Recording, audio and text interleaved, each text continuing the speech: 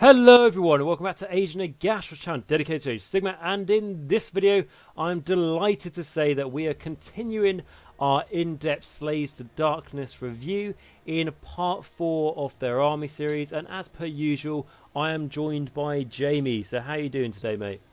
Doing great, thank you, mate. Always nice to be back. Fantastic and glad to hear. So in this video what we're going to be doing is kind of reviewing like all the beasties in the army. So this is going to be things like monsters or beastie packs. So for example, we're starting with the Slaves to Darkness Chaos Spawn. We're going to look at things like a Slaughter Brew, also things like a Soul Grinder, a Chaos War Shrine, and etc, etc, all those sort of things that don't really fit in another category.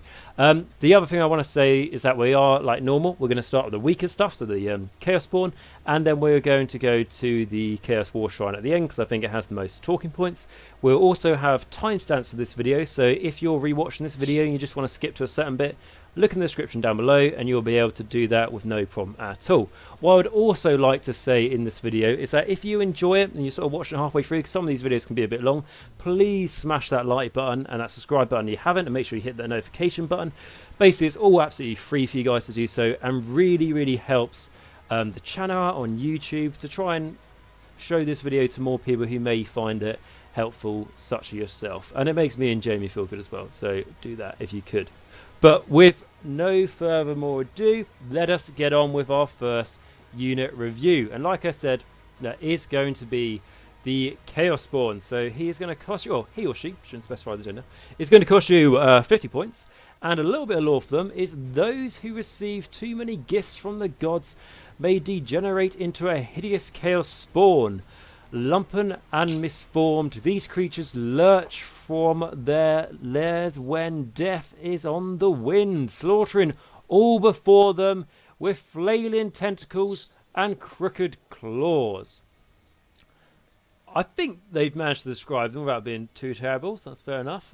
So a description, so a unit of Slaves of Darkness Chaos Spawn has any number of models, each armed with freakish mutations, but just to double check for you guys, when it says any number of models, minimum size unit of 1 to a max size unit of 6. You know, if you're taking 6 of these guys, I'm just going to say off the bat, you know, fair play to you. You are a bit of a legend. So that will be fun. Exactly. So its move characteristic is a 2d6. Its save is a 5+. Its bravery 10, and its 5 wounds. Nicest thing there is it's got 5 wounds. That's what I'm going to say about that. I mean, automatically when I look at that move 2d6, I'm thinking, wow, this thing can move 12. It can easily have moved 2 inches, which has happened to me quite a few times. And then it's got the melee weapon, so the freakish mutations. A 1-inch range, 2d6 attacks, force hit, force wound, no rend and 1 damage. So I'm sure you guys who are watching along can probably tell that this model is pretty damn swingy and not really in a particular good way. Yeah, 2d6 is just so random, isn't it? Yeah, like it. At least it's not like 2 attacks. You know, at least it's not that bad. But anyway, so you can give it a mark of chaos, right? So you can make it Khorne, Zeech, Nurgle, Slanesh, or Undivided, and then its ability, it's only got 1, that's Withering Tentacles, and what it means that if you roll a double when determining the number of attacks made by the freakish mutations, add 1 to the hit and wound rolls for attacks made by the attacking model until the end of the phase. Which, I mean, it's going to help, but... Yeah, it's going to help that little bit extra. I mean, like, to be fair, like I've basically been, every time we've reviewed a unit, I've almost automatically said, but in a Khorne army, with a, you know, with a Khorne mark, oh, this thing could be, if you get a double, it's hitting on 3s, re-rolling 1s, wounding on 2s. Like, you know, obviously you're going to get 12 attacks with this guy as well. So, oh yeah, he can only ever roll that double. Yeah. Double 6s. Okay, and then keywords, he's got Chaos Mortal, Slaves of Darkness, Mark of Chaos, and Chaos Spawn. So I think the interesting thing, just say it is mortal. It looks like a demonic creature, but it is mortal at the end of the day. So they are the easiest way to talk of why you would have this guy in your, I think collection is a better word rather than army, because the army implies army list, is on the Eye of the Gods table, something me and Jamie have reviewed, one of the many boons you can receive from the Chaos Gods, or when your hero manages to kill an enemy hero or monster at the end of the combat phase, is that, yes, they can turn into a Demon Prince, but they have just as much chance to turn into a Chaos Spawn as well. But if you do not have a Chaos Spawn model to replace them with, they take D3 mortal wounds, and depending on your hero and depending on the situation, you may rather them take the D3 mortal wounds, but if they're just going to flat out die, you might as well replace them with a Chaos Spawn. So it is useful for having one or two just for that. If you've just killed your opponent's hero, but your guy is on 1 wound, and you've rolled to spawn them, depending on, obviously, like you say, the hero, and whether you need him there to take the objective or not, turning into a Chaos Spawn is probably the better, rather than losing a model. Yeah, like, I'm just going to say... control zone. An example, right? Chaos Sword and Karkadrak, off the top of my head, 9 wounds, right? If he hasn't taken any damage yet, and he's got 9 wounds, and you roll and you get spawned him, take the D3 mortal wounds, you've got a chance to ignore them. But if your Chaos Lord and Karkadrak has 1 wound remaining, and he's probably not going to be doing any healing anytime soon, then I would take the Chaos one. Like easy example. But we've had games in the past where that one model in the control zone wins it for you. Yeah, you know, exactly. It makes you control the objective, and you get the points. And obviously, that's how you win the games. It's all about the objective points. Yeah, the amount of times I have to tell people that, and there's also, I had to learn this as well. This game is not about combat, it's about objectives. And often, how do you get the objectives? Is by movement. It's all about objectives.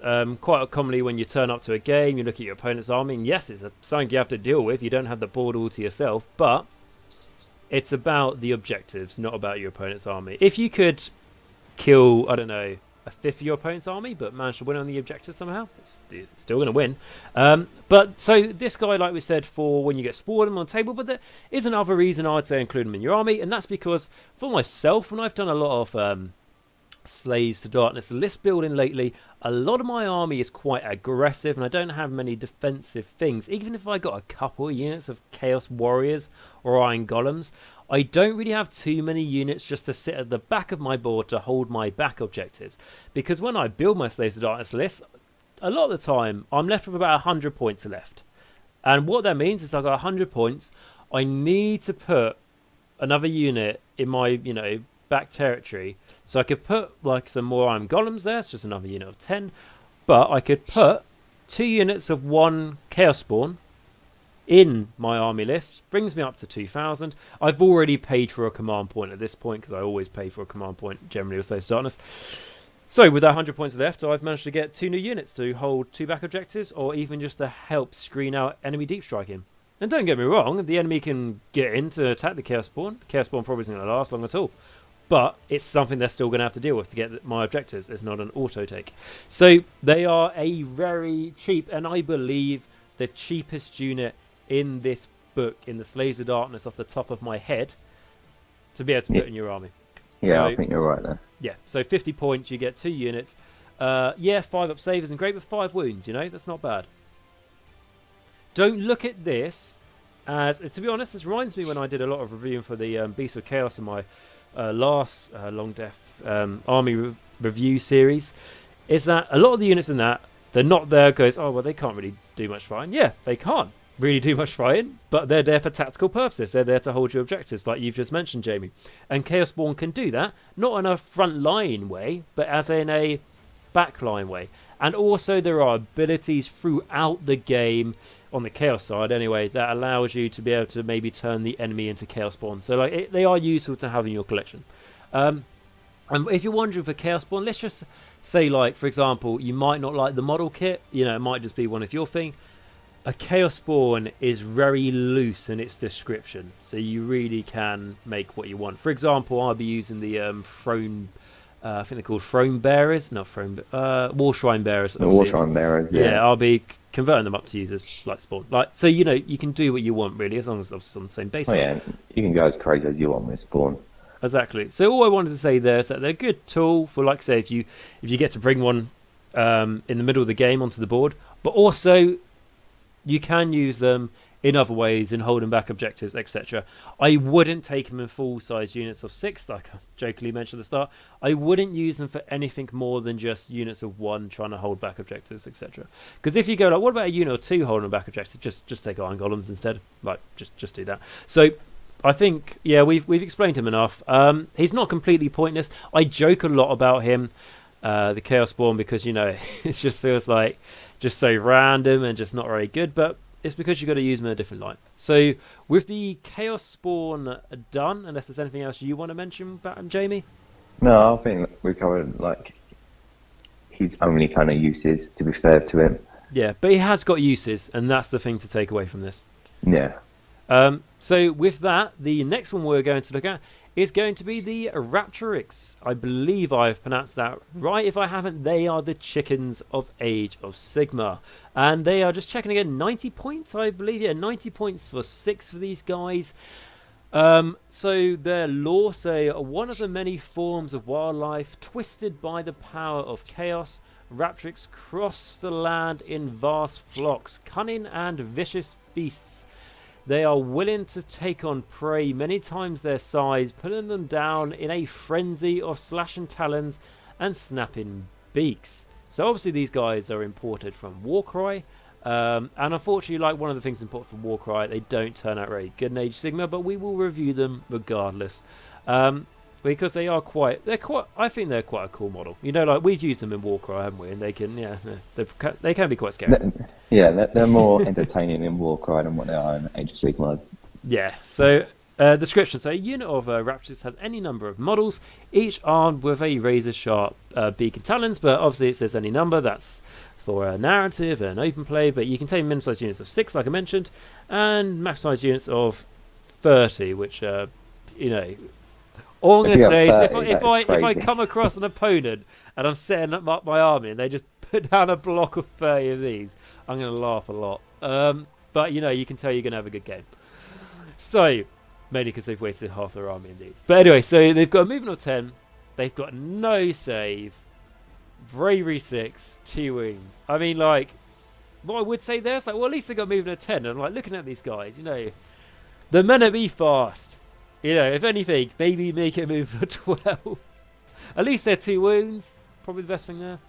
Yeah, they're at least 2 wounds. They have a bit of better board coverage.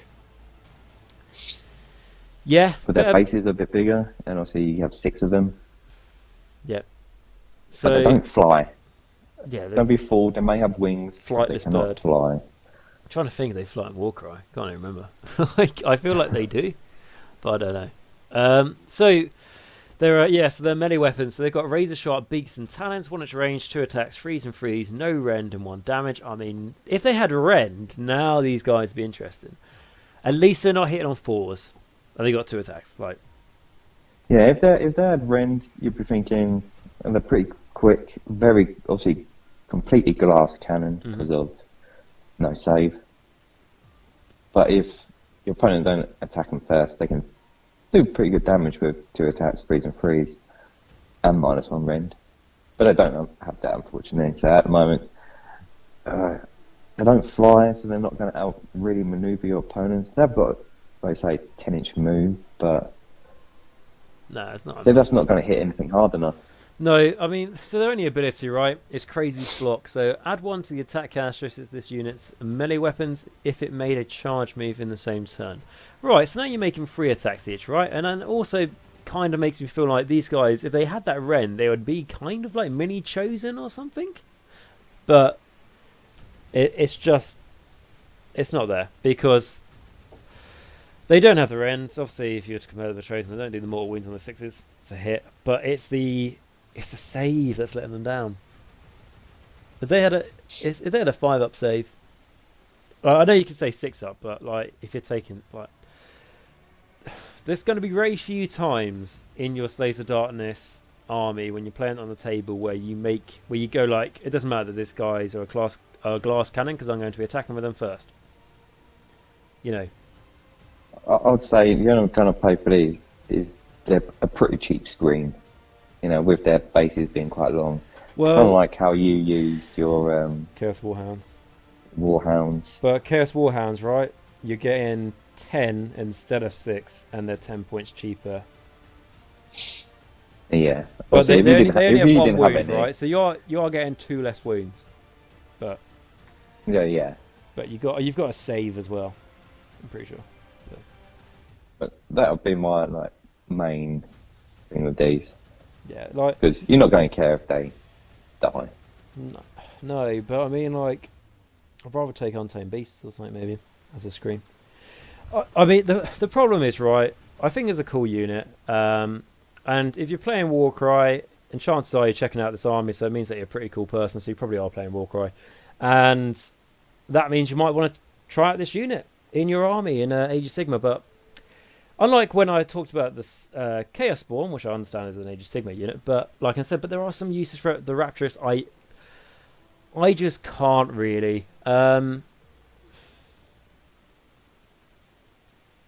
Maybe if you're going against an army that has really low armor saves, you can take a bunch of these. You're getting a lot of attacks out, but you've got better things in your army to do it. Yeah, easily. You got other things that are better to put in. Yep. I'd say so. But what I would also say on this note, again with anything that we review really, is that if you would like to prove us wrong, or you say that you take them and you manage to do great things, trust us, we want to hear about it down below in the comments. You know, if you manage to take a unit of 30 of these guys and they manage to go, yeah, I charged them to a block of 30 Witch Elves and they deleted them, brilliant. Like, I don't know if any such story exists. But anyway, so they got Chaos, Slaves of Darkness, and Rapturous, and something that I want to mention now, and sort of ties into the Slaves of Darkness Chaos Spawn we just reviewed. When we commonly said, you know, it can take a mark, blah, blah, blah. A lot of these units we're going to review now can't take marks. So the fact that, you know, like the Raptress can't take a mark of Chaos, so can't benefit from Moral Chaos ability, it's just an other negative about it. Yeah, I think something we shouldn't skip. If you've got some in your collection, they'll make a good screen if you really want to protect something, because obviously they're going to move faster than most things in your army. Mm-hmm. And obviously you don't mind them being charged, and 90 points is quite cheap. But obviously if you've got other things in your collection, you maybe use them. Yeah, I think that's a good point you mentioned there, Jamie, with collection, because, like, for example, like I probably mentioned in other videos and stuff as well, is that a lot of my games I've played, you know, since lockdown are on Tabletop Simulator, and in a question of, like, do I have that in my collection? You just spawn it. So it's an interesting point, you know, because a lot of the people who have been putting comments on my Slaves of Darkness videos, which again, you know, thank you very much for your questions and everything like that, and it's great to hear that you're enjoying the series, is that quite a lot of you are, you know, you're new to Age of Sigmar. And if you're new to Age of Sigmar and you came from Warcry, let's say, you're probably going to have these guys. And I don't want you to feel like you can't try them in your game, because obviously, you know, play the models you want. And it'd be interesting for you to do that, because we don't all, our collections aren't all as simple as Tabletop Simulator, where you can just spawn whatever you like. You might not have that option. So don't feel like these guys aren't worth taking at all. Take them and see your thoughts, because me and Jamie have never run them in Age of Sigmar, as an example. We're just talking about what we think they're like on paper. Okay, so with the Raptrix done, let us move on to our next unit, which is going to be the Furies, which are going to be 100 points, I believe, for... Yeah, 100 points for 6. Take masterless units of 30 for 500 points. That's just a huge amount, isn't it? But anyway... That's huge. The Furies. So, Furies are spiteful and demonic imps that throng those lands under the sway of chaos. Though individually weak, when they swarm they can prove surprisingly deadly, waiting until the foe's back is turned before launching vicious hit-and-run tactics. And that is very much of why you would use them in your game, which we'll get to in a bit. But the description: a unit of Furies has any number of models, we've just broken that down, each armed with razor-sharp dagger and claws. So, they've got a movement of 12, fast, and just so we know, they can fly. Yes. Save of none, bravery 10, and 2 wounds. So already, better off the bat. They're 10 like points already more though, right? 10 points more, but you're getting already so much more. Yeah. So with the melee weapons, we have razor sharp, dagger, and claws. 1 inch range, 2 attacks, force the hit, freeze to win, -1 rend, 1 damage. I asked myself why have they got rend and the Raptrix haven't. You can see, like for example, on the picture on the war scroll, one of them is holding, and it does say, like razor sharp dagger. So I get it. Like a bit of steel may penetrate things better than just a claw. So it's not bad. I mean, hitting on force, but that's not why you take these guys, okay? You're not taking these guys for their damage output, alright? You're taking them because... You know what, Jamie? Do you want to read the sneaky little devil's ability? I love this little... It's great. the name of this would be Sneaky Little Devils.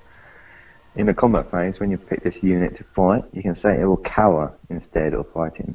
If you do so, this unit must make a normal move and must retreat. It's a nice way to get out of combat now.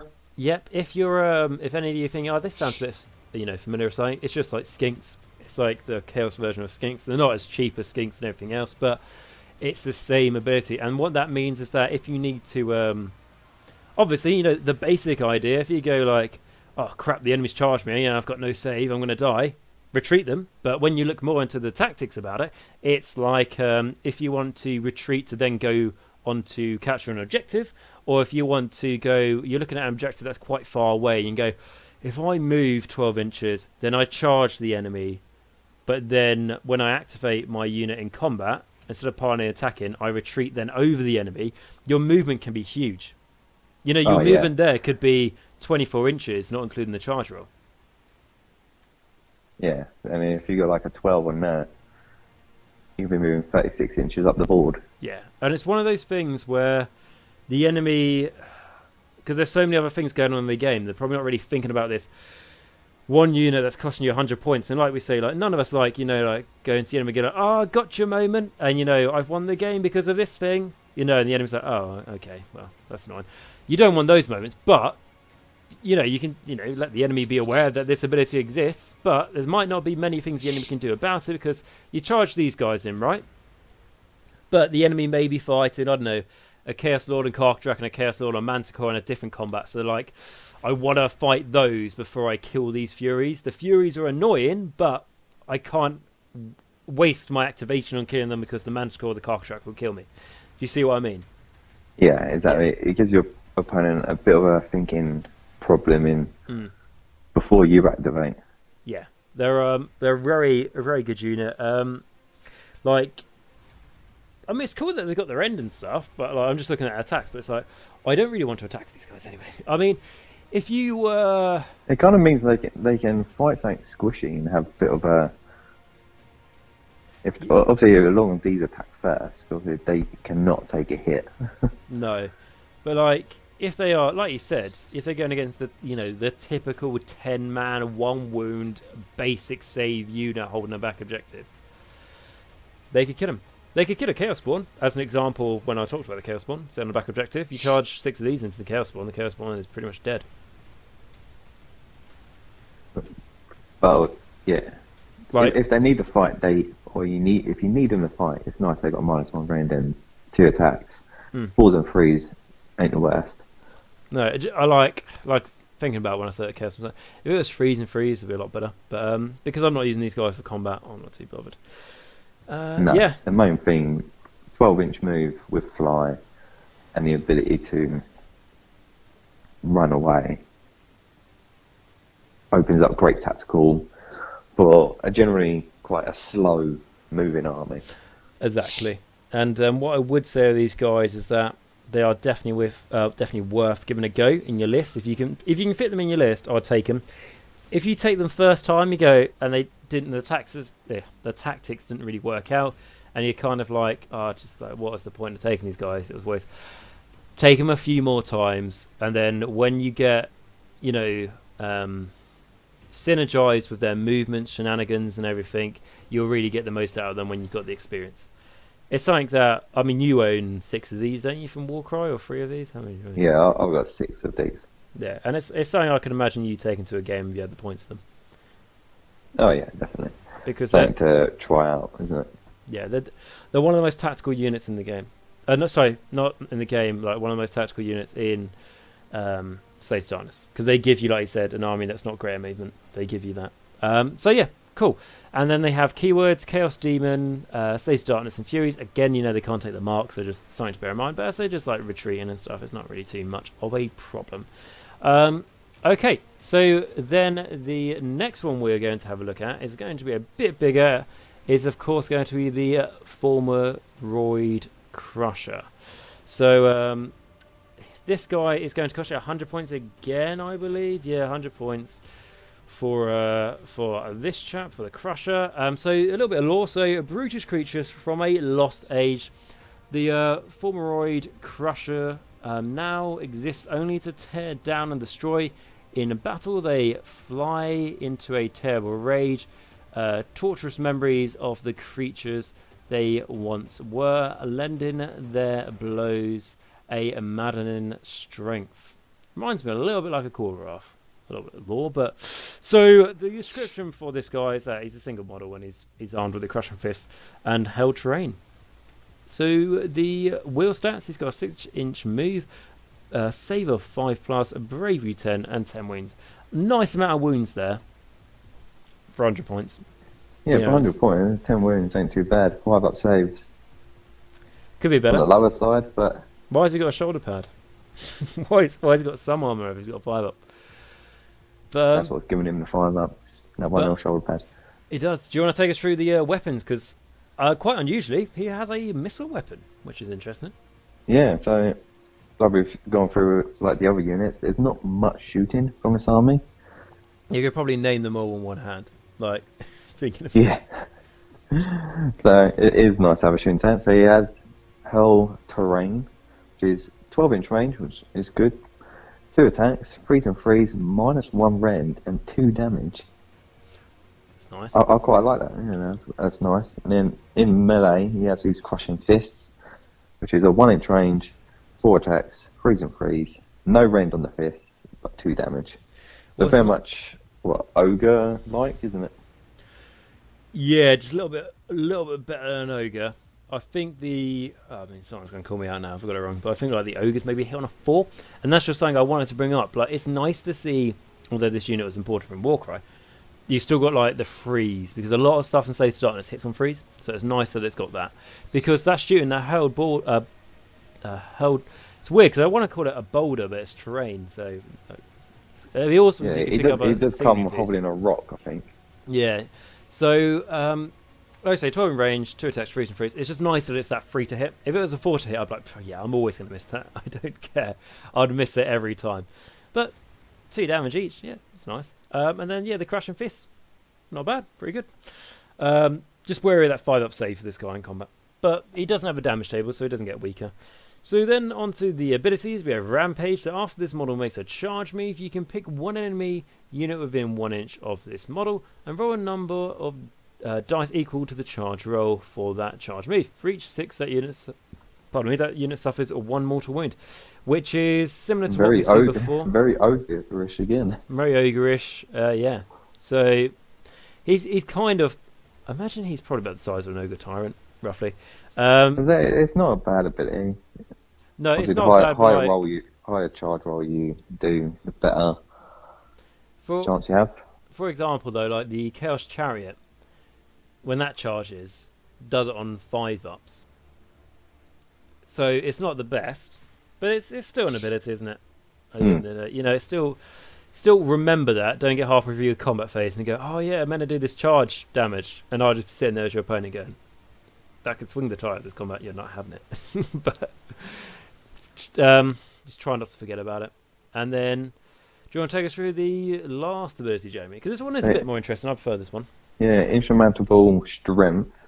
In your hero phase, pick 1 terrain feature within 6 of this model and roll dice for each other unit within 6 inches of that terrain feature. On a 3+, that unit suffers D3 mortal wounds. I think that can be very good.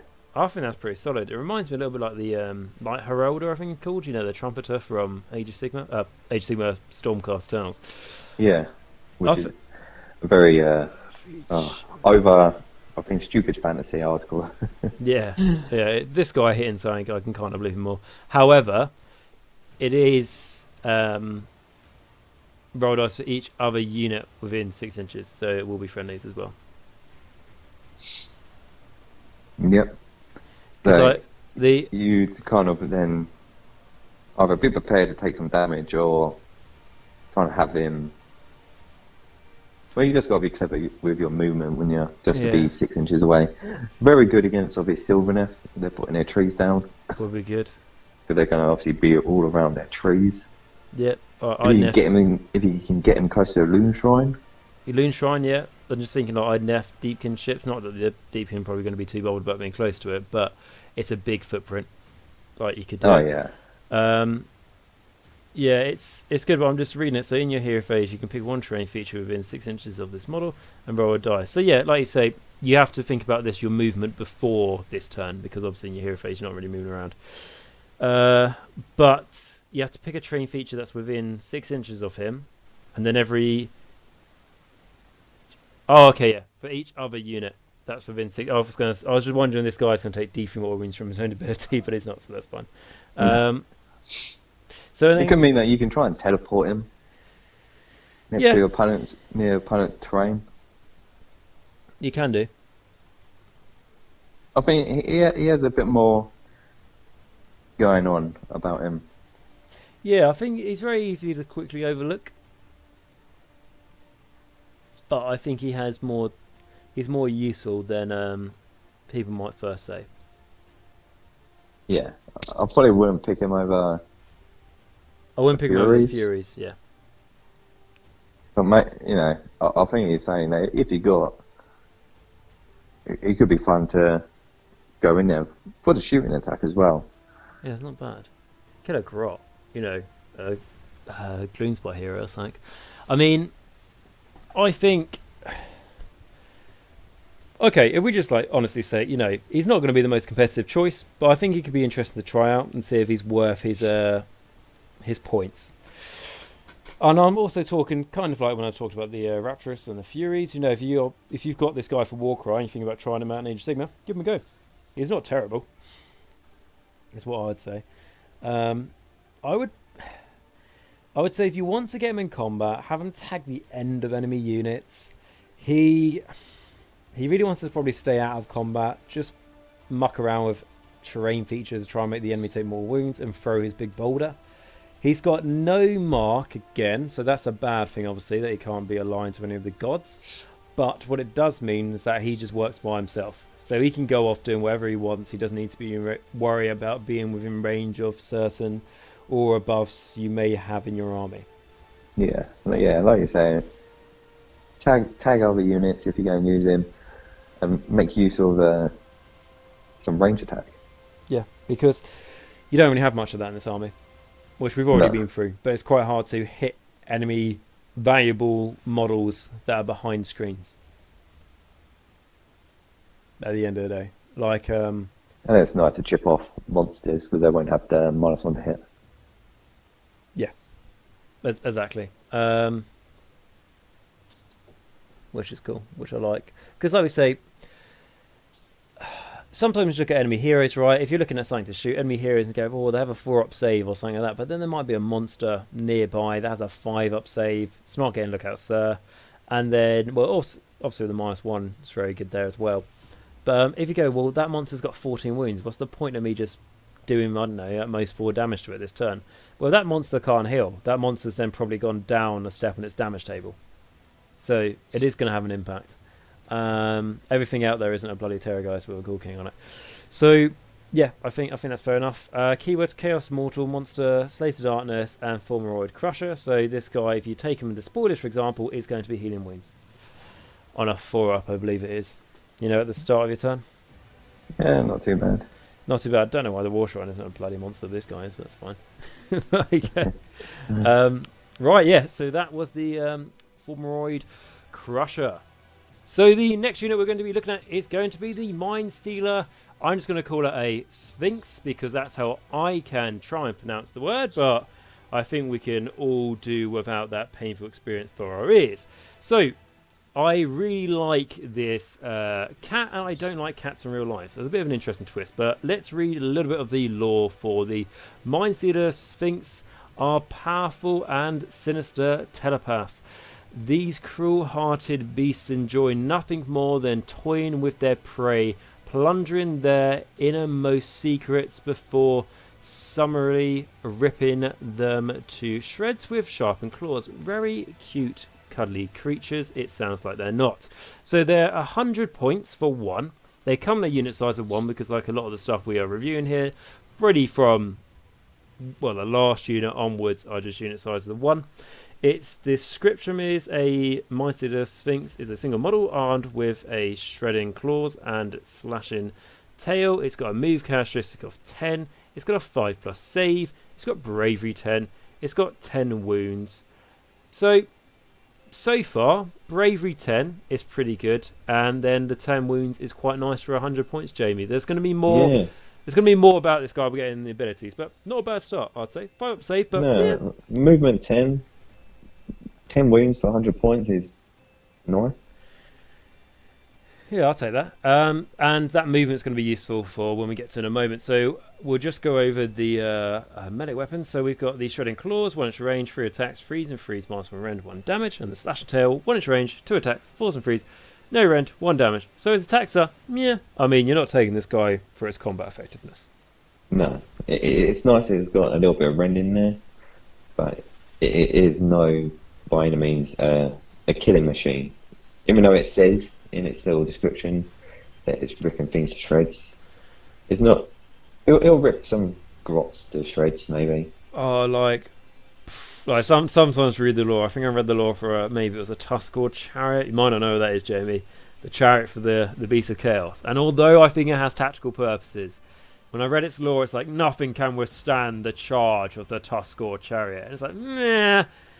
Yes, it can. Like many things are stiff breeze. But anyway, we're not here to talk about that. So, its abilities. So it's got 2, and I'll read them out. So the first one is telepathic dread. So mindset of Sphinx delight in casting themselves into the minds of their prey and assailing them with visions of their deepest fears. So subtract 2 from the bravery characteristic of enemy units while they are within 12 inches of any friendly models with this ability. So what I will say. This is not the main reason why you take this guy, but this is one of the reasons, because if you really want to add towards a bravery bomb, like we said, because bravery may become more important in the future as well, that's a really good straight away -2. It's usually -1 for things, and it's usually if you're within like 3 inches of it. So yeah, -2 I like within I 12. like the bubble effect rather than like selecting a unit. Yeah, and it's not wholly within 12 either, No. So it creates a large bubble, and with quite a lot of other units making -1, it all adds up. Exactly. And then the main reason you take this guy is because of Dominant Mind. So in your hero phase, you can pick one enemy unit within 12 inches of this model that is visible to it. If you do so, both you and your opponent must secretly place a dice so that it shows any number, then reveal them. If the numbers shown on the dice are the same, this ability has no effect. If the numbers shown on the dice are different, the enemy unit you picked fights at the end of the combat phase until the next battle round. You cannot pick the same unit as the target for this ability more than once in the same turn, whether this ability has an effect or not. This is really good because straight away here it can last for 2 turns for 1 whole battle round. So if you went priority number, you took the first turn, you managed to get this off. This is going to be in play for your turn and your opponent's turn because it's until the next battle round. And it's you can make it. Yeah, did it say battle round, isn't it? Yeah, until the next battle round. So it's not like your hero phase. I would say if it was your hero phase, you could then maybe make it like 3 turns, but yeah, it's next battle round. But still, that is very strong, isn't it? Yeah, especially how this isn't. Now, me and Jamie, we're not experts on Maths Hammer, so we're not going to get into it. But all I can tell you is that you have got the odds in your favour of not, getting the same number as your opponent.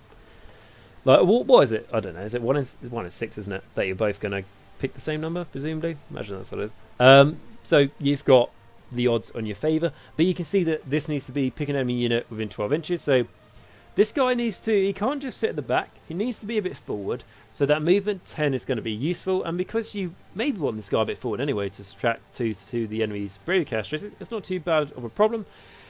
He has got that nice 10 wounds, so he can take a bit of a hit even, but he has only got that 5+ save. So just something to bear in mind that he can't sustain too much damage. Well, he can't. If the enemy throw loads of save rolls at you for this guy, he's going to die, but he's only 100 points, and if the enemy really wanted to wipe this guy out so he doesn't get this ability off, that means you've probably got something more important in your army that survived. I really like that. He's a good distraction, and movement 10 can be, if he's still alive near the end game, can help you out. Yeah, and then its keywords are Chaos, Mortal, Monster, Slays of Darkness, Mind Stealer, Sphinx. And I know when we talked about this guy before, Jamie, like we thought, interesting that he's a mortal. Like, it looks quite demonic, but I think it's because in the Varan's, not the Varan Spire, but the 8 points, I think that's where most of these guys are located, like the Warcry beasties. Yeah, because he's come from Warcry. Definitely focuses around the 8 points. Yeah, and then I think like a lot of those beasts, it's kind of like the story of the Korgoroth of, the Mind Stealer Sphinx is might not have always looked like it looks now, but it's been mutated by chaos. It may have been a big panther or something that's been corrupted. And to take a note there, he doesn't have no mark, so he doesn't have a mark, but I think he does have the Slaves of Darkness and Mortal, so he can benefit from spells. Target a Mortal Slaves of Darkness unit. Again, like if you want him to, if you've got nothing else better to put on your like reroll saves on from your Sorcerer Lord or something, you could do that. That'd be useful, because that Mortal keyword is very useful for that. He is a monster, so that means that he will be healing the D3 wounds in the Despoilers sub-allegiance. Yeah, which is always cool. Nice. Especially like we say, that 5+ save. So 10 wounds, unless the enemy just wants to wipe him out, is quite survivable.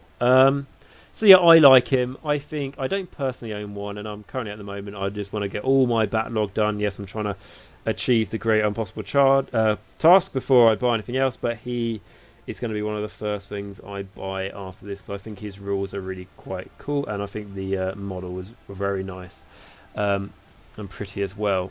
Did you want to have one go of trying to pronounce the name, Jamie, before we move on? No, I don't want to murder it. No, cool, that's fine. We're happy with that. We don't want to murder it because it will probably murder us back with its shredding claws and lash and tail. But I like this guy a lot. I think for me, it gets to the point where when I'm used to building my Slaves of Darkness lists in certain ways, it's just like, I don't know why I'm getting the 100 points right at the end to put him in, but I'm sure I can find a way once I get this guy, because I definitely will like to run him. I keep saying him. I'm sure it's a pussy, isn't it? So there's probably a she version as well. Okay, then going on to the next one is going to be the Slaughter Brew. So this is a massive, big, old beastie.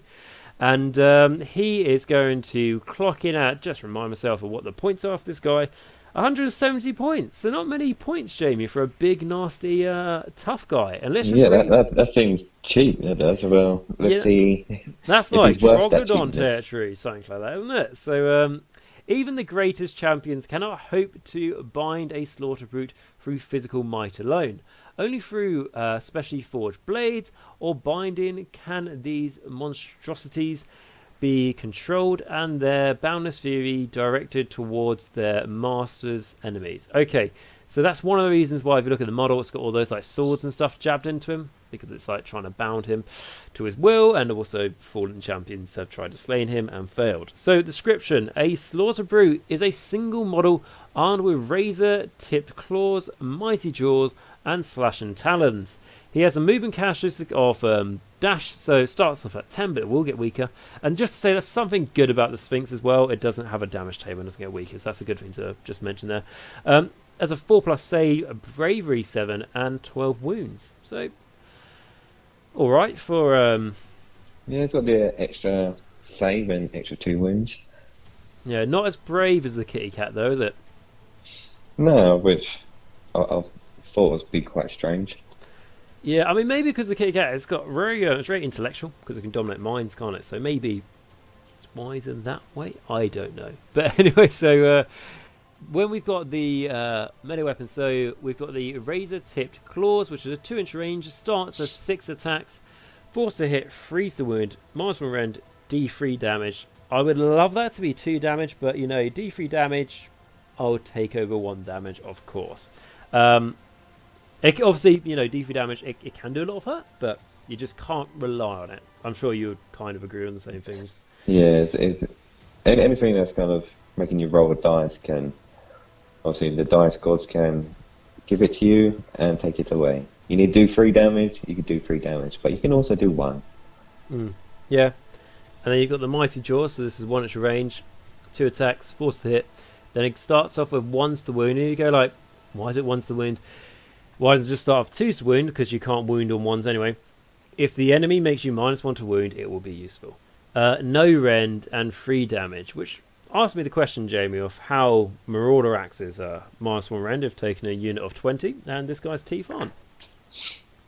Yeah, it kind of baffles me. There's Do you no know rend on this bad boy.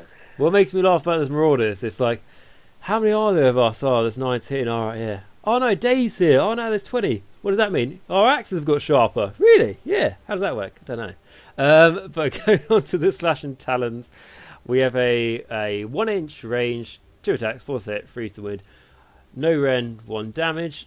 Try not to forget about this attack because it may finish something off. Like nothing special there. You know, it is what it is. So his attacks are okay, shall we say? For 170 points. I know it's 170 if you points. roll well. Oh, we can, yeah. I wouldn't, for something that's called a slaughter brute, maybe I'm looking at it wrong. I'm like, this guy will, you know, kind of looking at the lore here. This guy will slaughter many champions and stuff. Wrong. He will slaughter many hordes. Hordes are the way to go. You send him against like an enemy unit with a very bad save, a 5-up or whatever. He could probably do quite a lot of work.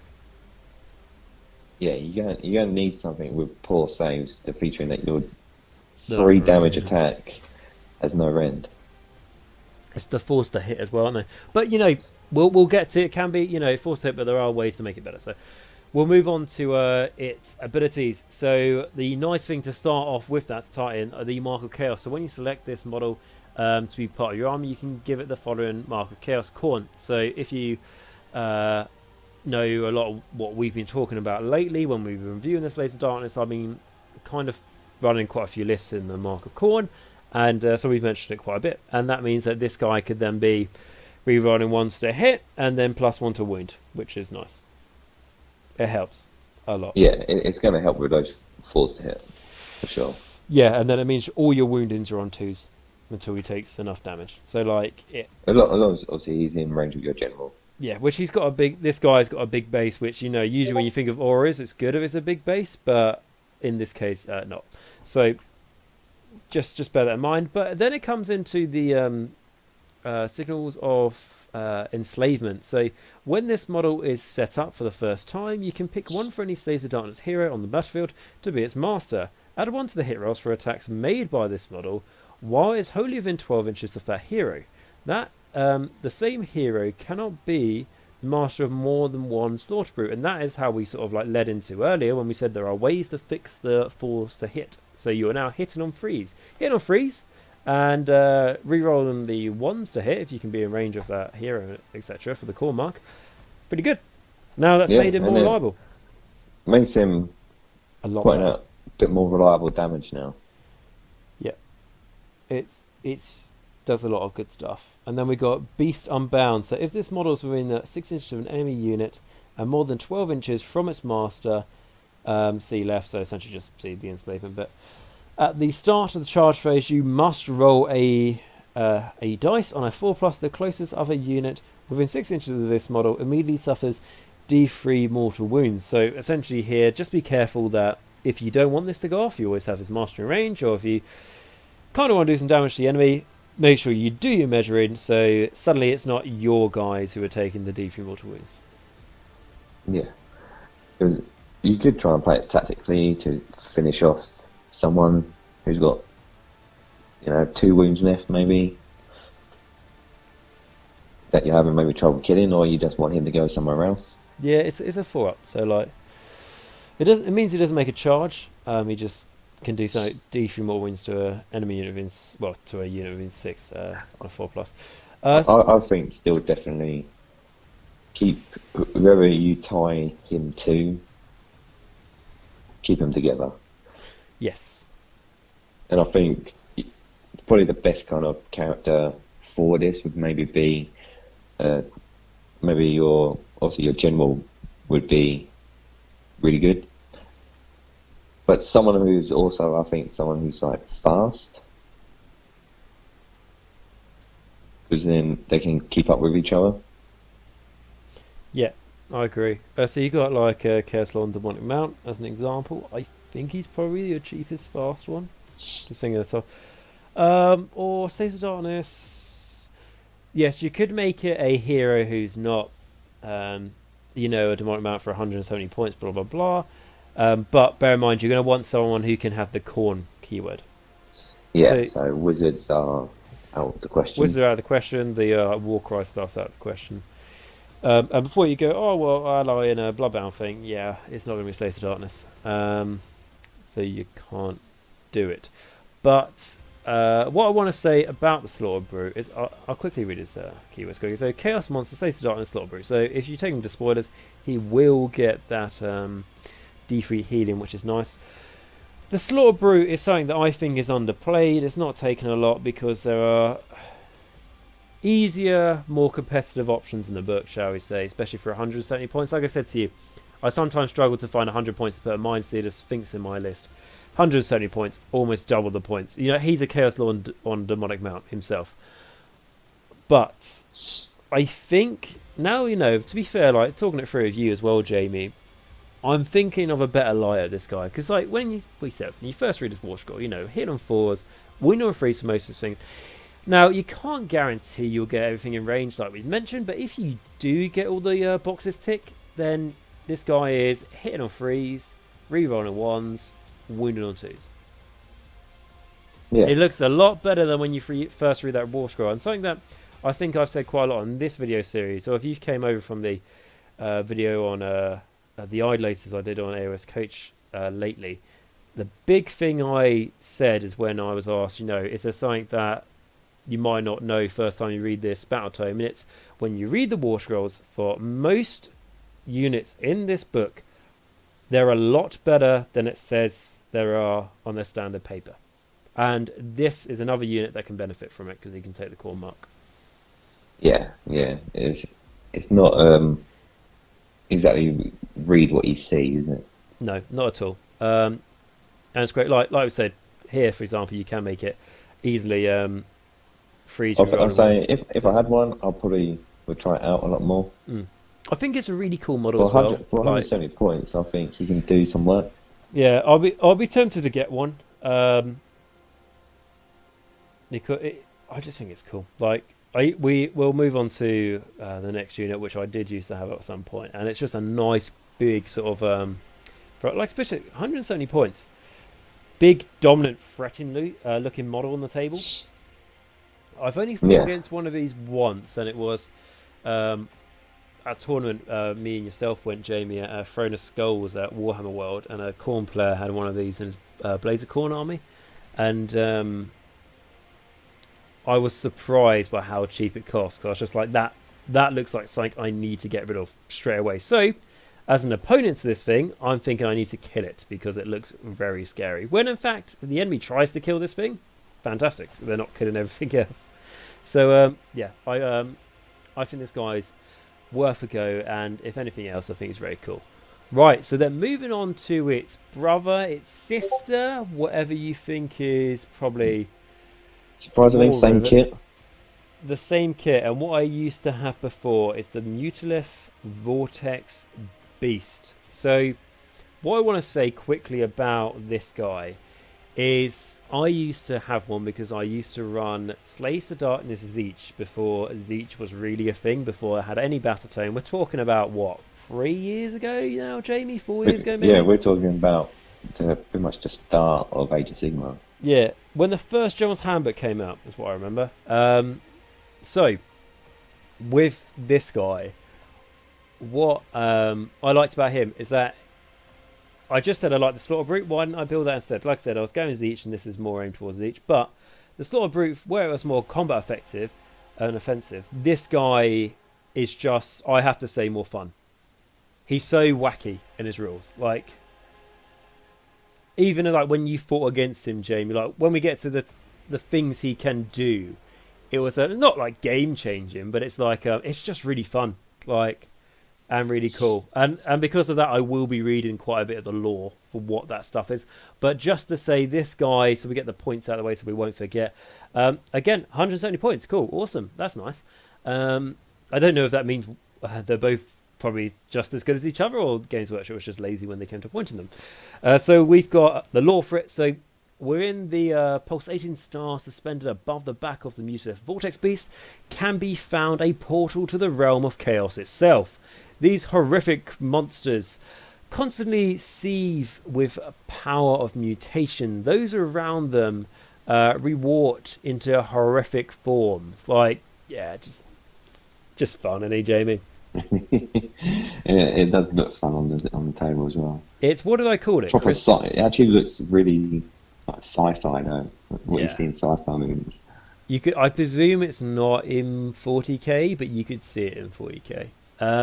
What did I call it? Crystal, I think was the... Oh, the Dark Crystal. No, I just like, because you know how many tongues it's got and stuff. So the description: a mutilev Vortex Beast is a single model armed with crushing claws and a Behemoths more. How are we saying that one, Jamie? Tentacle more, yeah, it is, isn't it? Yes, so it's got a movement of, again, 10, 4 plus save, 7 bravery, 12, which, you know, is the same as the Slaughter Brew. I mean, I really don't know why this doesn't have bravery 10. It, like... Yeah, they are both screaming the demon keyword as well, but both don't have it. No, they're just, I don't know, maybe that was a bunny rabbit that got lost and wandered into the realm of chaos. So, the melee weapons, it has the crushing claws, 2-inch range, force to hit, once the wound, -1 d3 damage. So just having a look at the Slaughter Brew, that was just that. Actually, so that's 2 less attacks, right? Both hitting on 4s. Both Whereas on 1. the Slaughter Brew, razor tipped claws is what we were comparing it to, was wounded on 3s. And started with 6 attacks, but got less attacks with more damage it took. Although it's the Mighty Jaws, wasn't it? Yeah, okay, yeah. But just talking about the claws itself, bear in mind it's like exactly the same model. I prefer the ones for the Vortex Beast because it's got better wounded, obviously, but I just like the flat 4. It doesn't get weaker. So that's cool. But then, like, when I'm trying to say that, you know, oh, maybe it's combat, but it's not, because when we get to the Be Tentacled more, 2-inch range, 3d6 attacks, force to hit, force to win, no rend, 1 damage. I mean, 3d6, so, you know, it should be the average 11, but... And they're only 4s and 4s, so... Yeah. Yeah, 2-inch range, I suppose you can have it out the fight.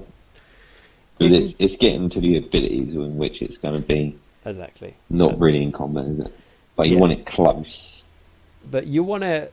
Yeah, you don't want it. You don't really need this guy in combat. Well, we'll read it first, and then we'll make our minds up on that. But the mark chaos, so you can give it the Zeech mark. So, like I said, this is more aimed at Zeech. The Slaughter Brute is more aimed at Khorne. So the ability, so the mutant regeneration. So in your hero phase, you can heal up to D3 wounds allocated to this model. Just to let you know, he is a monster, of course. So when you take him into spoilers.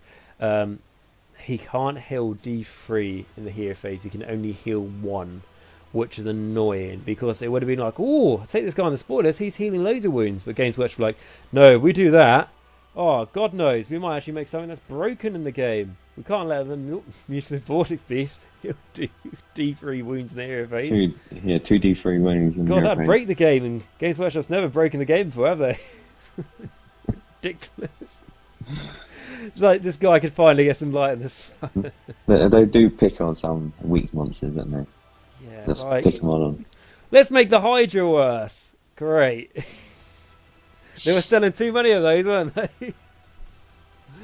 All on the top tables. Oh, bloody really, yeah. If you're watching this in about 5 years from now and Hydras are destroying the meta, fantastic. Please let me know in the comments. Okay, so the Aura of Mutation. So merely standing in the presence of a mutilev Vortex Beast can have horrific consequences. So in your hero phase, you can pick one enemy unit within 18 inches of this model and roll a dice. And look up the effect on the table below. So, you roll the d6, and if you roll 1, the hideous disfigurement. Okay, so the faces of the enemy are disfigured by the mutating touch of chaos. Subtract 1 from the bravery characteristics of the unit for the rest of the battle. It's nice as the rest of the battle, and not just as like watered down as the rest of the battle round or something. What I'd like to say though, I think if you target a Slanesh unit, they are -4. I think would be good because they care a lot about their faces. I don't know. Those new models have got some wacky faces. I think they'll be all right. Yeah. Okay. You're not talking about this. like they couldn't get away with making Slanesh not look dirty, like in just like 1/4. Anyway, we're not here to talk about that. So. Number 2, so Trog Brain. So waves of chaos energy assail the enemy, striking them dumb and making them stagger about blindly. Subtract 1 from run rolls made for the unit for the rest of the battle. That's alright. I think it will subtract 1 from run and charge rolls. That'd be better. And then number 3, we have Gift of Mutation. So the legs of the enemies are mutated into twisted, limping, parodies the previous form of their previous forms. Oh yeah, parodies their previous, so like jokies and stuff. Subtract 1 from the move characteristic of the unit for the rest of the battle. That's pretty good, not gonna lie. And then especially if you've got something that if you want to, no, actually no, I was gonna say it's too specific, but if you took like a Corn Demon Prince and he halved the enemies like running charge rolls and stuff like that, you can't guarantee it. And then number 4, Tide of Transmort. I've shot myself in the foot here by saying I read the lore because some of the I mean, what? Total transmorphification. Is that a real word? It just seems too long. Okay, I think it's nice to read the lore though because this is really fun. This one, so horror spreads through the enemy ranks as their bodies turn messily inside out. So the unit suffers D3 mortal wounds. Poor, that's a nasty way to go.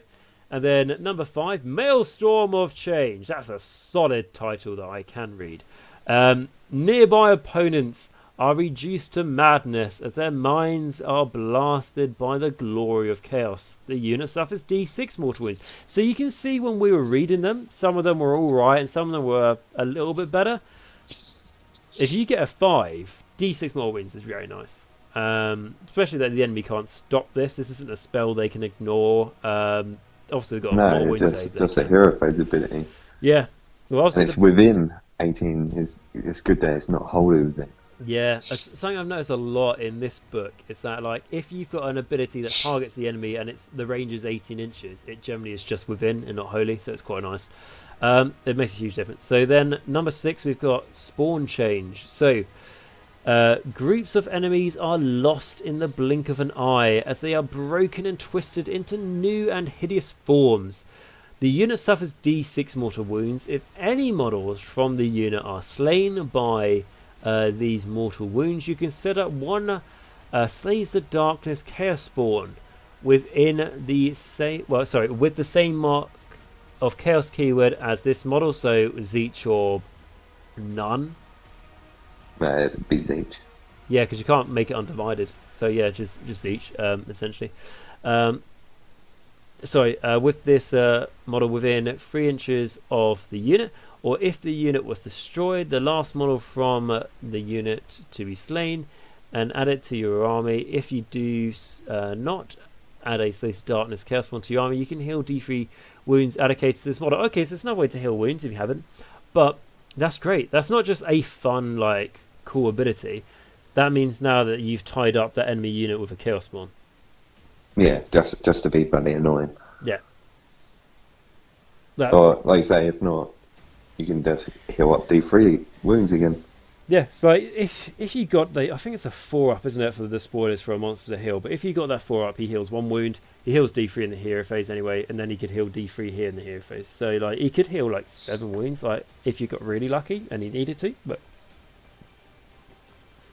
yeah, which keeps him alive longer. But like I say, it's nice to tie up an enemy unit as well as doing D6 mortal wounds to him. Also, this is in the hero phase that Chaos Spawn will probably get to fight as well, as long as it don't die. Yeah, it's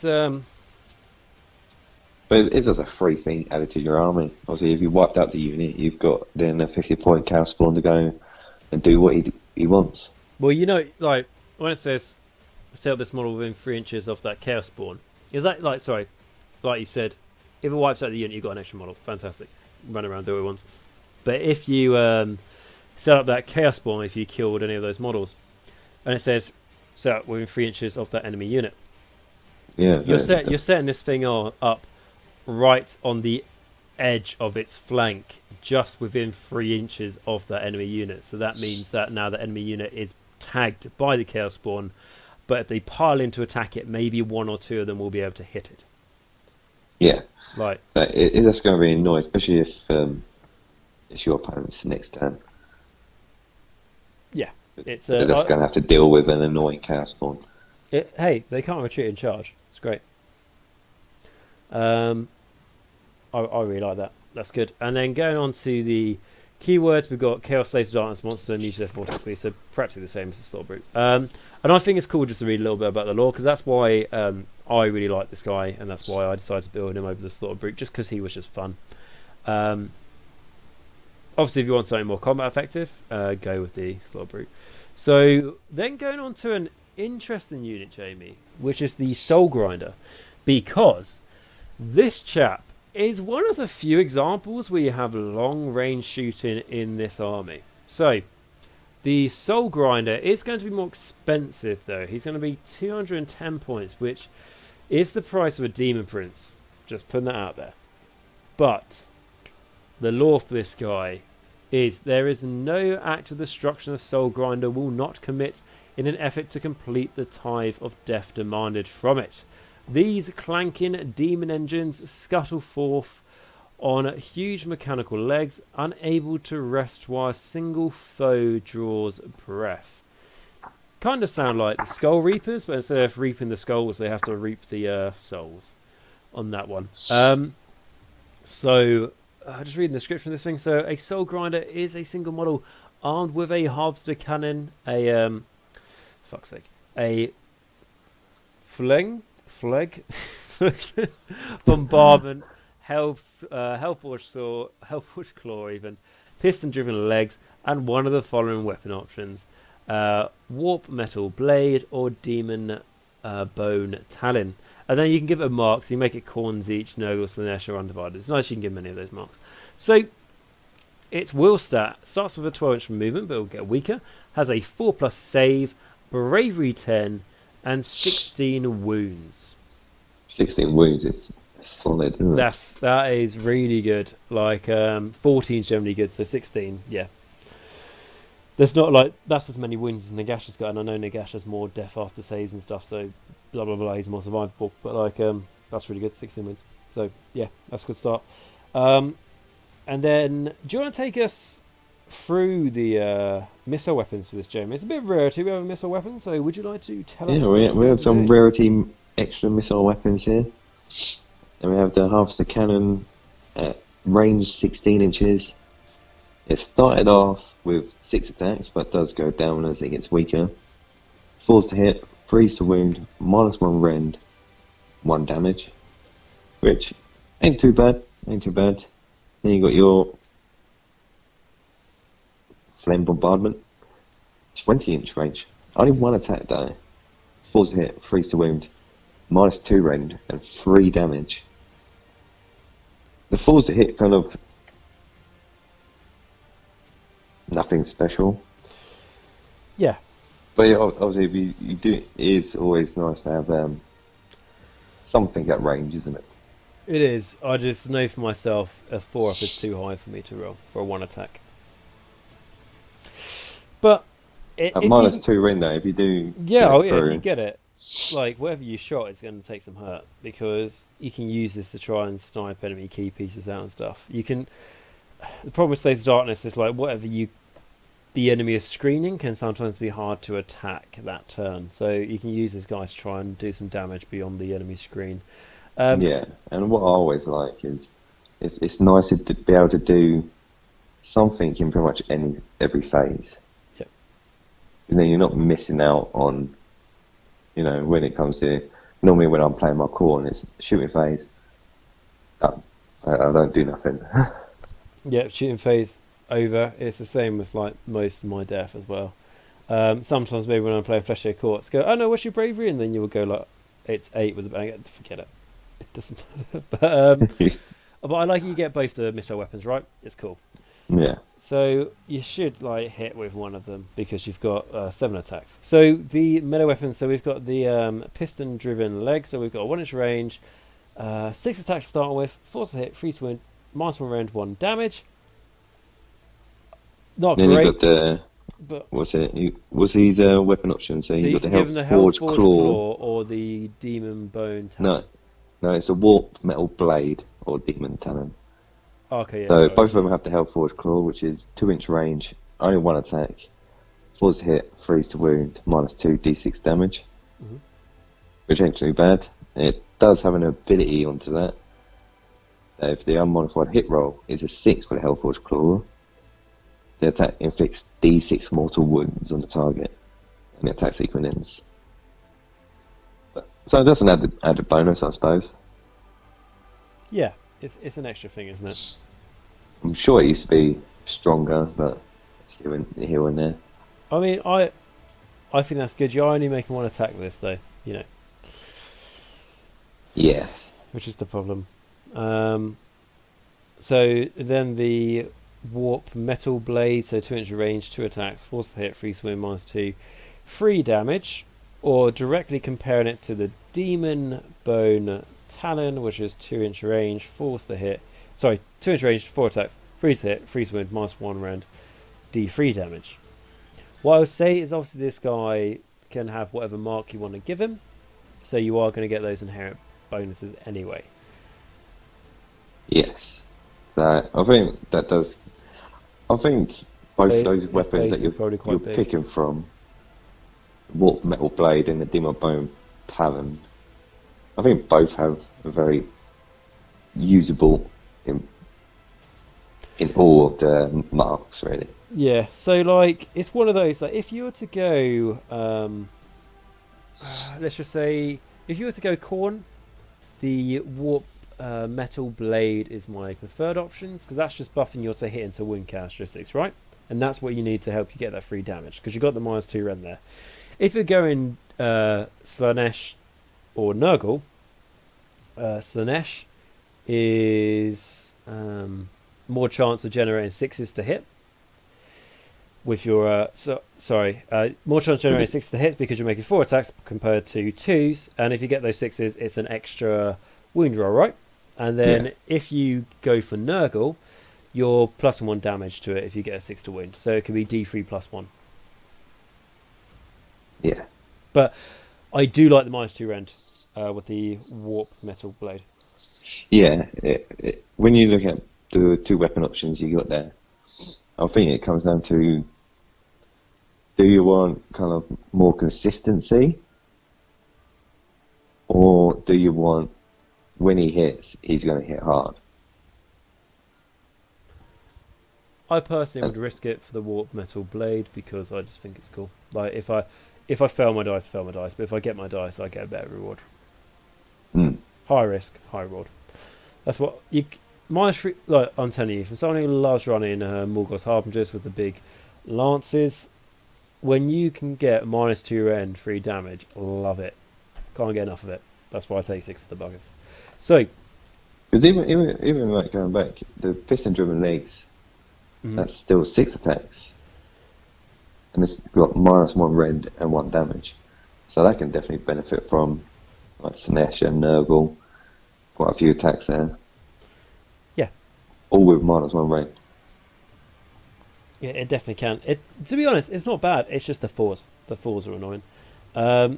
So you mentioned the Hellforge Claw ability, which is, like we said, that was cool. And then going into his last ability, which is in placeable advance. So this model can run and shoot later in the same turn, which is, if you don't want to charge it, which I think you kind of want to get this guy into combat, if he's not going to charge, at least he can shoot.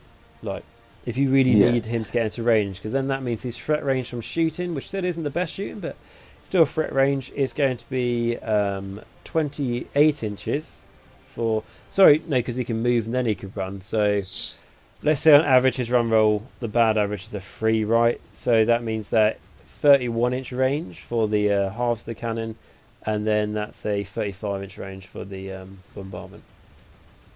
Yeah, and it does mean that he can get around the board fast and still put out a bit of a threat. Yeah. Like, if he needs to run to, I don't know, quickly get to an objective for some reason. Because he's, not gonna lie, this guy, he's fast. Like I said, because he's quite fast. Slaves of Darkness, your Chaos Knights, for example, moving 10. Like, so 12 is pretty fast. So you could use this guy if you needed to quickly run to the side to get an objective. Like, if I just imagine his base is pretty big. These keywords: Chaos, Demon, Slaves of Darkness, Monster, Mark of Chaos, and Soul Grinder. I'll tell you what though, he is a unit I rarely ever see on the table. Like, I remember someone from our store had one, and I remember seeing it about 3-4 years ago, but that's like,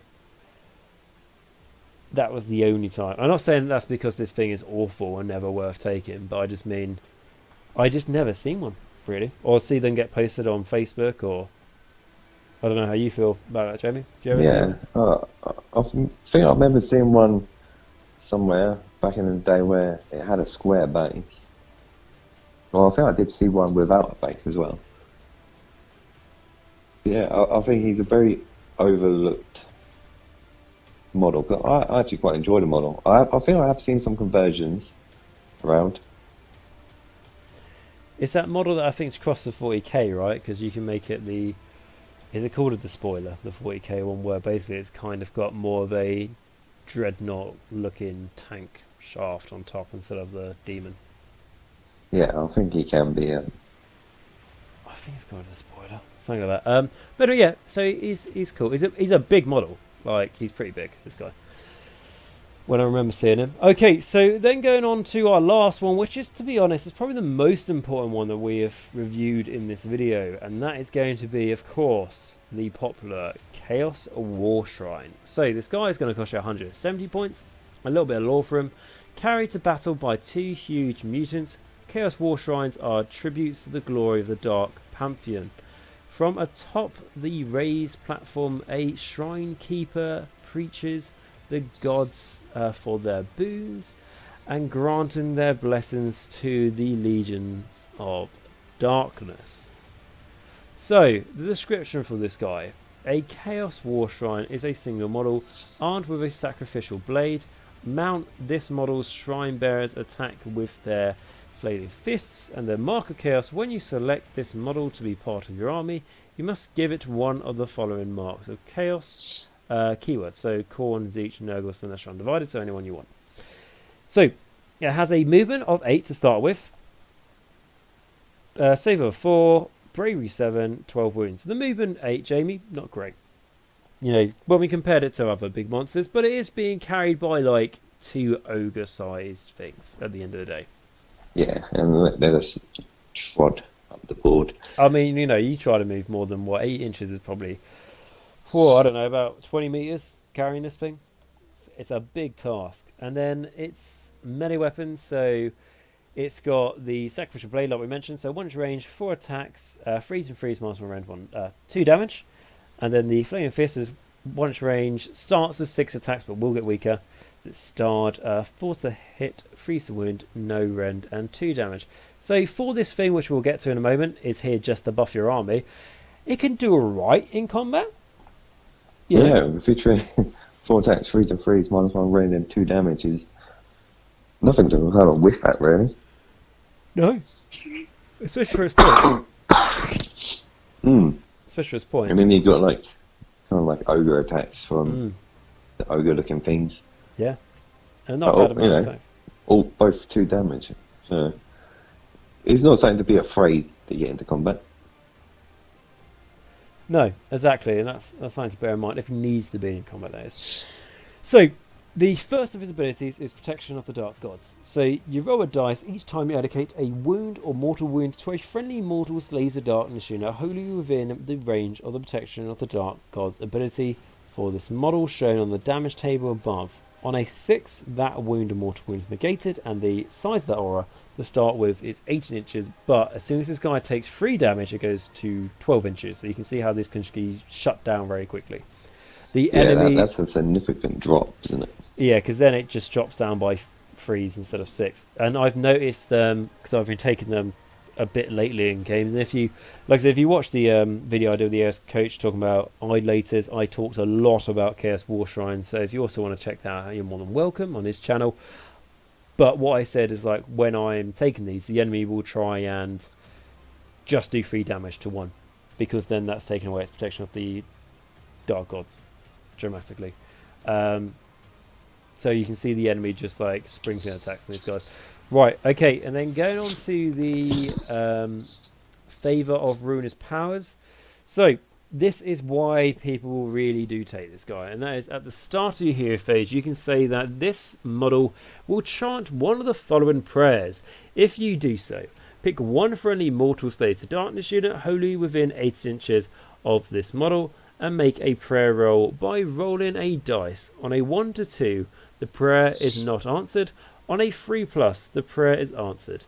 The same unit cannot benefit from the same prayer more than once per turn. So what I will say here as well is if you're new to Age of Sigmar, as you've been watching this series, and you're wondering what's really a prayer, it's kind of like a spell you're doing, but you only roll 1 dice, and in this case you need to get a 3, and the enemy cannot stop you. So that is the difference between a spell and this, is that the enemy cannot unbind you, which is pretty handy. So yeah, it's pretty goddamn good.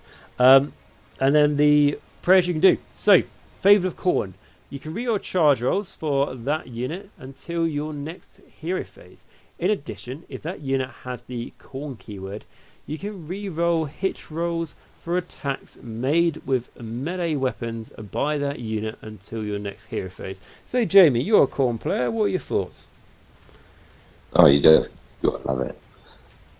So not only, obviously, if you're playing a Corn army, everyone in your army is going to have the Corn keyword. So you're going to be then re-rolling all failed hits. So you're just getting like a souped up version of your normal aura. Then you plus boom, get so much more hit rolls through. And then re-rolling your charge rolls, that's because you're getting into combat. Yeah. Or gives you, not so much guaranteed, gives you an extra chance. Yeah, bear in mind there's a lot of units in this army have +1/+2 charge with their horns. And if you put this on Marauders, you're just laughing really at that point. So, yeah, that's good. I like that. And like you're saying, like, well, in Corn Knight, you're on heroes of 1 anyway, so is it really that point? It means that your guys are no longer going to have to be wholly within 12 inches of a Corn hero to be able to get that reroll. Once they hit, they're just going to reroll all hits. So, you know, it's still useful. Well, yeah, it definitely like helps anything that maybe hitting on 4s. Because rerolling 1s is great, but then you still got all the 2s and 3s. Obviously, it's not going to make too much difference if you're already hitting on 2s. If the enemy makes you minuses to hit, of course. Yeah. So the next one we've got is Favour of Zeech. So you can reroll save rolls for attacks that target that unit until your next hero phase. This was kind of my second go-to prayer in my Khorne list, because you may be thinking, why are you putting on Zeech prayer on a Khorne unit? Why not just do the Khorne one so you get double benefits? Because it's like we've already mentioned, there's quite a few ways you're getting reroll ways to hit. Here, getting reroll save rolls, which you don't really have unless you're taking Chaos Sorcerer Lords. But in addition, if that unit has the Zeech keyword until your next hero phase, each time that unit is affected by a spell or endless spell, you can roll a dice. If you do so, on a 4+, ignore the effects of that spell or endless spell on that unit. We are playing in a very heavy magic dominated meta at the moment. Anything from Teclis to Lord Croak. You've even got things like Arcan out there. There's more examples as well. And you're ignoring those spells and endless spells on a 4+. The other thing that's good to say about this is when you're taking things in your army like Chaos Knights and Chaos Warriors, they also have that like 5+ mortal wound save. So you're kind of turning these guys, if you watched when we viewed Archaon, into mini Archaons, as they have like a spell ignore and a mortal wound ignore. And if they're in range of the protection of the Dark Gods, a normal wound ignore. So you can make them pretty survivable. But what I will say is if you are taking the Mark of Zeech and you are wholly within 12 inches of that Zeech hero, who is also the general as well, I think at that point, you ignore spells on a 5+. So you are getting a better version of that, but it kind of does feel a little bit repetitive on that front, because you don't get both. But then on one unit, you get a better one. I think it's nice to have the reroll save rolls, because there's going to be times where you're going to want something to survive. Yeah. Chaos Chosen can't kill anything if they're dead. That's it. And as cool as Chaos Chosen they are, and I've again, like I know I mentioned the AOS's coach's video I did with him, but I literally just do that very recently to recording this video, so I'm bringing it up. And the list I brought there, 15 chosen, great, screened, protecting them, but the enemy's taking a lot of shooting, I'm screwed. So, yeah, it's useful, like you said, Jamie, for that. Absolutely, 100%.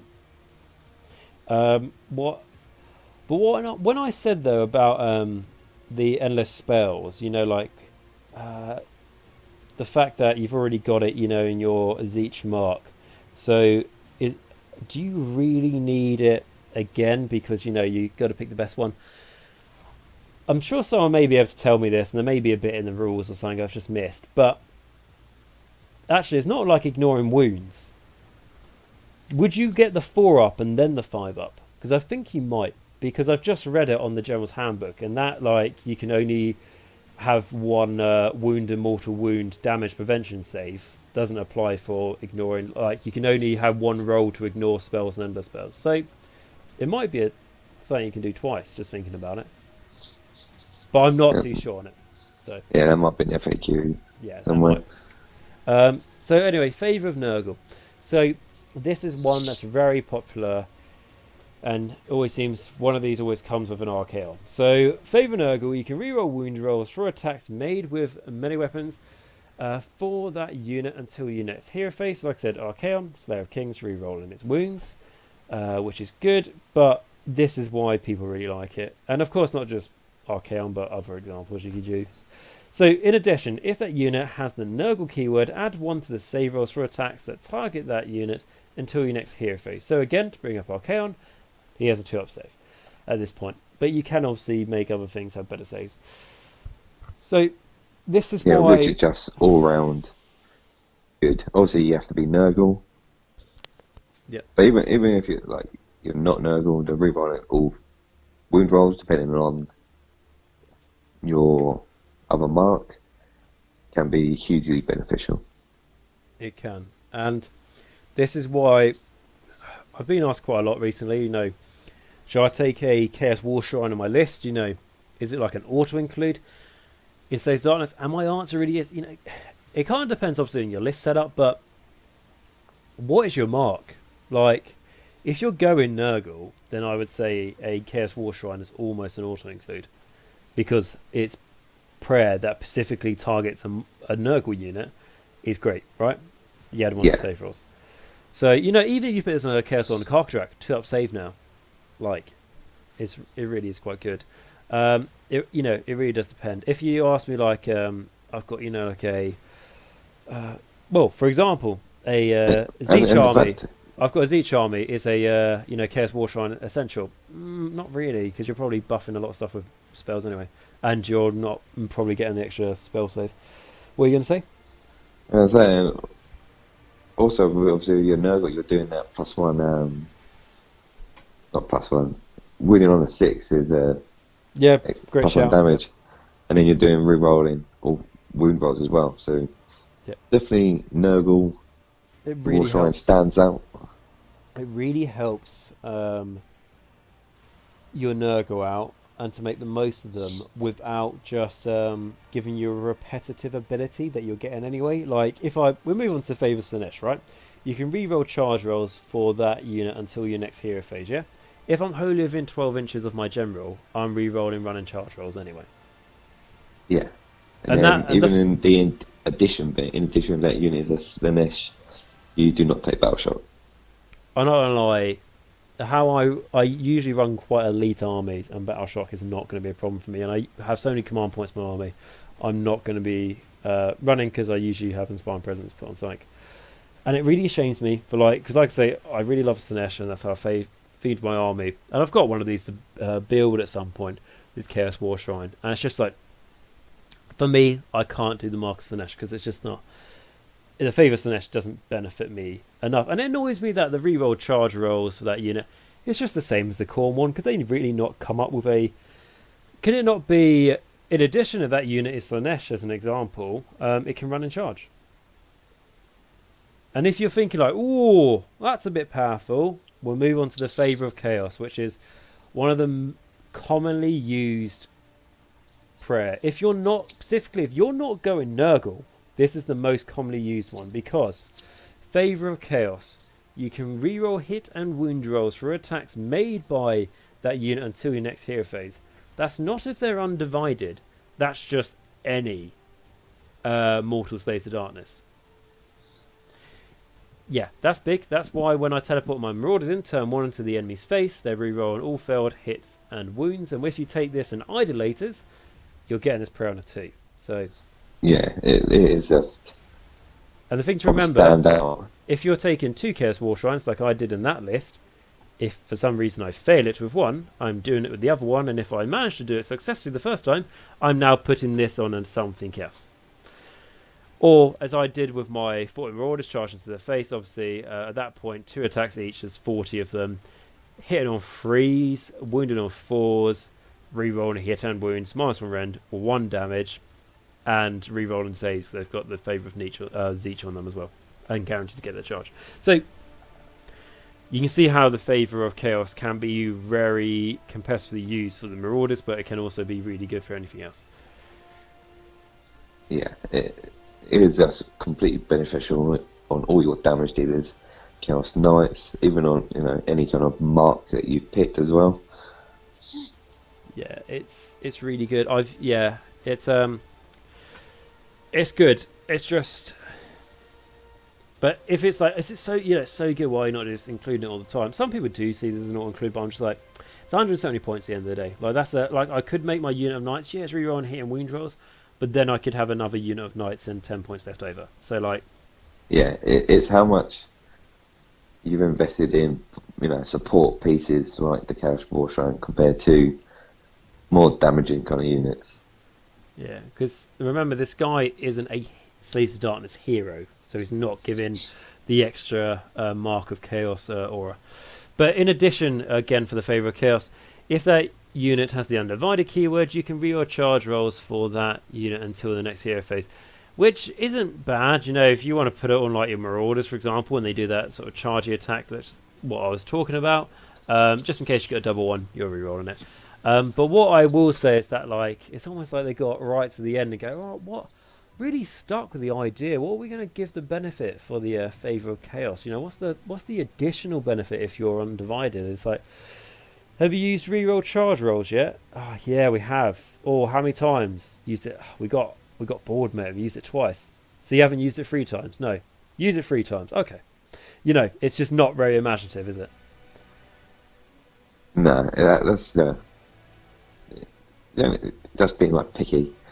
I'm Not so much glad that picky, but it's just a little bit annoying that you got reroll charge rolls, especially for the Favour of Slanesh and the Favour of Khorne. Because the only reason then you'd want to use either one would be if you're actually that faction. Yeah, I probably wouldn't use the Slanesh one anyway. Unless I was like, unless they looked at, like, I don't know, a big unit of Chaos Warriors going, well, they're going to get fucked this turn, I might as well put it on them. Why are they going to get fucked? Because I'm going to charge them into the... Well, it's until your next hero phase, so in case the enemy can hit you. But what I will say, the Favour of Chaos, it's a huge difference, standard benefit away. If they made it... If that was the other way round... Undivided would be looked at more pleasingly. Like, I could see more people were taking Undivided. Yes. Because you'll be doing rerolling the charge rolls, but you'll be going after that reroll all, you know, hit and wound rolls. Mm-hmm. I'm glad it doesn't give you... I'm glad it didn't give them the Slanesh one where it's like they don't take Battle Shock. It's like, they don't take Battle Shock anyway. Like, if they're undivided. Do you know what I mean? It's just like, what? Because if they're undivided, they're not benefiting from the protection of the Dark Gods, really. Because they've got it from their heroes anyway. But that is the Chaos War Shrine. And he is keywords Chaos Mortal, Slaves of Darkness, Totem, Priest, Mark of Chaos, and Chaos War Shrine. Priest is important for when using Modulators because they'll get all the other benefits. Totem may be important at some point in the future. Or like Blood Reavers maybe get a benefit if they're in range of a totem. Like, you know. Yeah. There are things like that. What I will say though is for all these abilities, Protection of the Dark Gods, Favour of the Ruinous Powers, and this is something that we're all guilty of. Well, I know me and Jamie are, because, you know, we didn't read the rules properly a year ago when we did it, because it used to be different and it changed in the new book. A Demon Prince is not a mortal unit. It cannot benefit from any of this. Like, it's a very easy common mistake to make. Yeah, he does kind of get lost in, you think he protects all the Slaves of Darkness, but it is mortals. Yes. Which a Demon Prince is not. A Demon Prince is certainly not. So, the Chaos War Shrine is the most, out of everything we've reviewed in this video, it's going to be the most commonly used one, I would say. The one you're most likely to see on the table. But I hope, what I really hope to have done in this video, what we and Jamie have both done, hopefully, is made you guys be able to look at the options that are sometimes just flicked past in the book and maybe consider them. Because I know some people especially have some of those ones, because some of them are a bit older in the collections, maybe haven't used them for a while. So hopefully we've helped you out with that. Would you say that's one of the things we try to do in this video? And also, me and Jamie, we flicked past these models in the book as well, because we just don't have them. So like, we didn't really think too much of them. But it's been interesting reading through it. What are your thoughts, Jamie? Yeah, because you generally all these most of these models now you can only buy if you're at Warhammer World or online. Mm-hmm. And I think that's why, like, a lot of times you don't actually see them, because I think some people just don't really know they like exist. And like I say, we don't normally look at them because we don't have them. And like I say, when we go to our local store, you don't see them up on a shelf and think, oh yeah, that's a cool model. Then look it up in your book. Because when we get the book, you tend to look at what do I already own? Because Slaves of Darkness obviously been an army that's been out for ages. Both me and you have had a collection for the days where you couldn't use them because they were rubbish. Yep. But then as soon as we got these, like the new book, it's like, oh, so what have we got in our collection, and what rules has it got? You kind of overlook the monsters and that. Like, for me, my kind of pick, obviously the War Shrine was, like I say, the most obvious one. But the Soul Grinder for me kind of stands out for me. It's shooting, and you may look at it and go, "Well, it hasn't got much shooting." Yes, but if you had his shooting profile right in a Stormcast Eternal army, absolutely, there's better shooting in that army if you want to go that way. But you don't have that option, right? And sometimes not being able to snipe out something the enemy has in their backfield, and it's not always a hero, so it's not always going, well, they're going to get look at, sir. It can be really detrimental to your game. And plus, lookouts there only works if there's other units next to them. So if you're against like Slanesh with the other bits of the one they're using for summoning, like that's a little hero. You can try and pick them off. Yeah, because that little hero is probably away from everything else. You got like a little, probably like an exalted hero of chaos and a Slanesh Hedonites army. Could be useful for that. Hasn't got many wounds. Might be able to knock them all out. His shooting, if you manage to do really well with his shooting attacks, you can kill a small enemy character in turn. Yeah. 6 attacks on its normal gun, and then the 1 attack, if you got that through with -2 rain and 3 damage. And also, you can near enough kill one of those little guys. And I think something that's much more commonly used as well to mention is that you can use it to try and wipe out a good chunk of the screen. Yeah, you got what you've been using, little chaos dogs or a 10-man unit of training rasp. Yeah, you could wipe out, or you could just clear something off an objective, or there's a lot you can. There's a lot of utility of it, I would say, and I would say it's worth. Especially if you've got one in your collection, it's worth giving a go. If you don't, but for example you play TTS or Tabletop Simulator, give it a go, give it a try, because all these things, they're not like, it's like 400 points of the list or something. All kind of within 200 points. So it's cool. It is interesting, and I'd say it's worth giving a go, particularly if you love the models as well. So with that, guys, I want to thank you very much for watching this video. I hope you enjoyed it.